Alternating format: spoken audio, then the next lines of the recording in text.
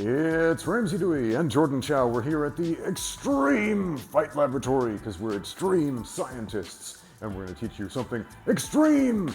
Well, I was reviewing some sparring footage of myself and I teach you guys a bunch of techniques that I really like, but I started noticing a technique that I use all the time that I've never really broken down for you. Now, it's a flying knee from inside the clinch. When you grab someone, a competent fighter, and you try to break their posture, they won't let you do it. They just won't. I can get double collar ties, and there are lots of tricks to break the posture, and I made some videos about this. Go check them out. It's all that boring stuff like breaking posture that nobody's really interested in because it's not sexy enough. It's when it's like flying, jumping knees, everybody gets excited. But you're having a hard time breaking the guy's posture, and you've got a very limited time frame before he fights back. So he's going to start pummeling for the inside. He's going to start attacking with knees and elbows and takedowns and stuff like that. So I've got to respond quickly. As soon as I get here and I feel he's essentially lifting me up with his posture, I'm going to use that to jump. Now, if I've got something I can hold on to, like Jordan right here, I can jump and get a whole lot more airtime than I would have otherwise. Now I'm going to bring my knee up close, but not touching to my partner's head when I practice this. So he's lifting me up with his posture. And I jump up and bring both knees, not one, but both up at the same time. Why? If I bring one knee up like this, it's a whole lot easier for Jordan to catch this knee, and now he's got an easy takedown. If I jump with both knees up and he catches the knee, here, go ahead and catch it if you can. Now, the weight of the fall is enough to break that grip. All right, pay attention to the grip here. I'm going to catch Jordan's knee, and the weight of his fall is going to strip my grip. Okay, as long as he brings both knees up, like you're trying to essentially kick one in front, one behind, like that.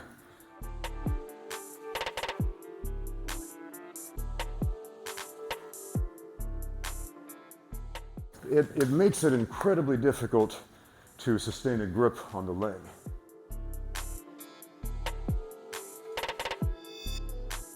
Posture breaking.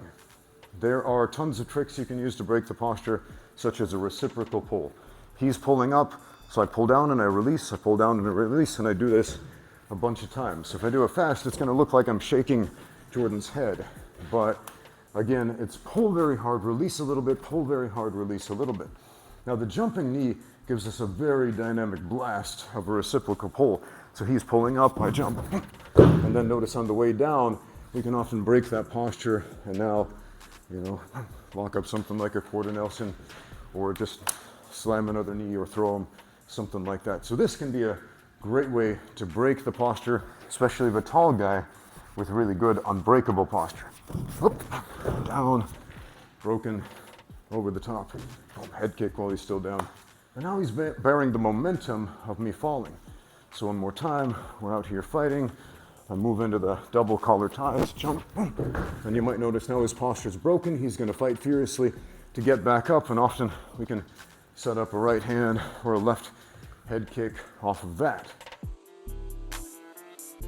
It's extremely important to think ahead in combinations. Everybody's really excited about the idea of chain wrestling right now in the UFC because of fighters like, what's his name, Chimaev, who's just very good at transitioning from one attack to the other in grappling. We have to think the exact same way in terms of striking and grappling and putting them together.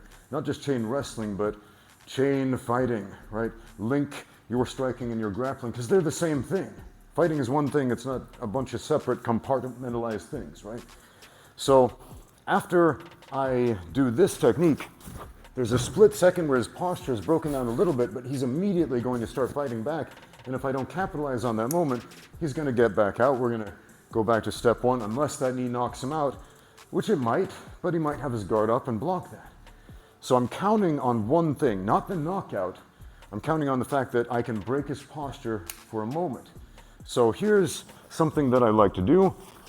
Boom, throw the knee, his posture is broken, he's posturing up. I'm going to switch to the reverse collar tie, get my head in there, pick this up, drive him into the cage or the turnbuckle, and now I've got a nice setup for a single leg takedown.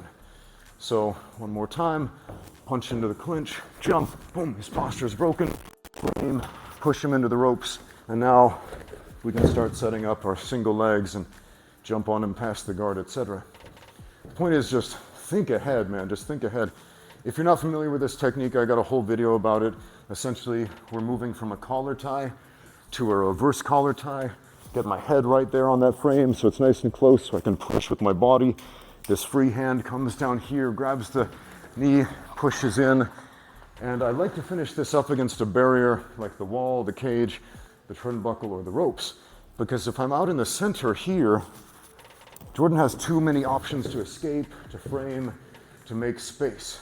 Whereas if I get him up against the wall, boom. Now, even though I'm here, I can take a little bit more time. I want to finish this fast. I won't just camp out here. But here, Jordan fight back a little. Now it's a lot harder. You know, his back is framed up against the wall. There's a lot less space to work with. And this is kind of a constant with a lot of grappling techniques. Many of them just work a whole lot better up against the cage or the ropes than they do out on the open mat. For example, he's got my back. Here's a classic escape. You go for a Kimura lock, right? And the idea is you break that lock and you push around the back. But on the open mat, right, he's trying to mat return. Oh, right? He's gonna manhandle me right here, but he's got my back and I push him up against the ropes. And now I've got some time and he's trying to mat return me. He doesn't have his hips under him the same way. And now this is gonna be much higher percentage. Same thing with this frame to the single leg takedown. Two combinations, I like one striking combination and one grappling combination to follow up the jumping knee. First, the grappling combination one more time, double collar ties, jump while this posture is still broken, switch to the reverse collar tie, single leg, boom, run the pipe, and then work to ground and pound and pass the guard. Second, the striking combination, right? Strike into the clinch, double collar ties, boom, while he's still down, right? He's posturing up, so I'm gonna hit him on that raised chin, and he's probably gonna back up a little bit, so I'm gonna step, boom, forward on the right and throw the high left kick, okay? Now, if his stance is a little bit different, maybe he's a southpaw and he goes back to that natural southpaw stance. I can follow through with the left hook. Notice my left leg is now on the outside of his, boom, and the right kick becomes a very viable option in that position. It's extremely important to think ahead one or two steps. So two simple combinations to follow this up. First, a grappling combination. I've got the head, the double collar ties, I jump, boom, right? I'm not counting on this to knock him out, but I am counting on it to break his posture a little bit. He's gonna posture up. That's the smart thing to do. Always assume the other guy's gonna do the more intelligent thing. I switch to a reverse collar tie, grab this leg, drive him into the ropes, and now I can set up my single leg and ground and pound and guard passes. So let's do that one more time. We strike into the clinch, double collar ties, jump, posture's broken, switch, single leg, run the pipe. There we go. Next, a striking combination. And depending on his stance, we can do this a couple of different ways, right? We punch into the double collar ties, boom. There's a brief moment where his posture's broken, but he's gonna fight to get up. Notice Jordan's a southpaw, so I'm gonna switch to the left hook. Notice my right foot is on the outside, so boom, right head kick right there.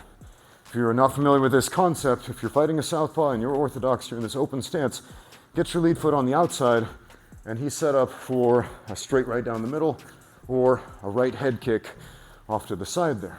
Now, if he goes to an orthodox stance, I'll just do literally the opposite. Jump, boom, follow through, right hand, left head kick. So one more time up to speed. Jump, boom, follow through, boom, boom. And since we're thinking ahead, let's add a takedown into this whole mess. One of my favorite things, set up a takedown with a high kick. Why? Because it gets his focus up here and he's not thinking about down there. So again, jump, boom, hit him, boom, boom, down. Now we've got a nice setup for a double leg or a single or whichever takedown you like to shoot from. One more time, into the clinch, jump, attacks up high.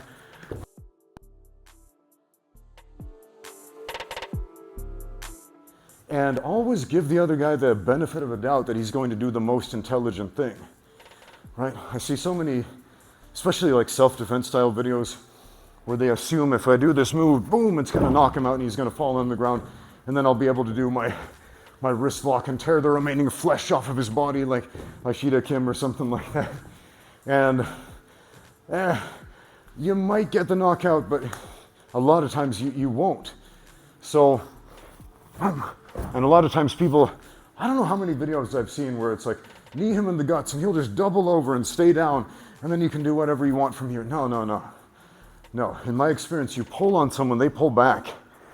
That's generally not only the most common reaction, but it's one of the smarter ones. Again, give your opponent the benefit of a doubt. They're going to intelligently defend themselves. So when I try to break his posture, he will try to fix his posture. And there are many things I can do with that response. So program your chain attacks based on the intelligent option. Oh man, I just sounded like Dale from Detroit Urban Survival.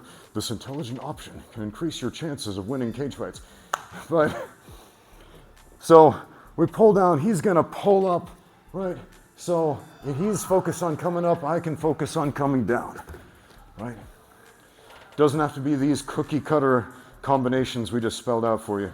But just think, if he's focused up high, coming up high, boom, he's gonna lift his chin. How about an uppercut, right? Very similar to what Fedor used to do back in the Pride Fighting Championships. He would go for like the Uchimata, and a really smart option here, posture up so you don't get thrown. What did Fedor do? Uppercut, because he knew that chin was coming up.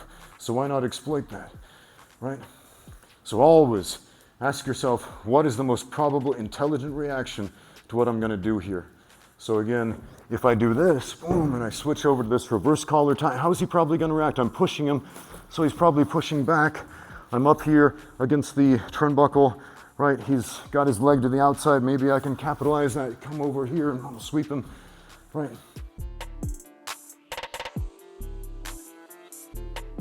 The point is, how do we know what the intelligent options are? Well, through sparring, through repetition, through experience, through trial and error. Or in other words, get out there and train. Do you like the gear I use in my training videos? Well, hey, get your own at xmartial.com. Don't forget to use my code Ramsey10 for 10% off all their great rash guards, spats, shorts, and martial arts training equipment. Again, that's xmartial.com, and that code is Ramsey10, good for 10% off everything on the website. Thanks for watching. Now get out there and train.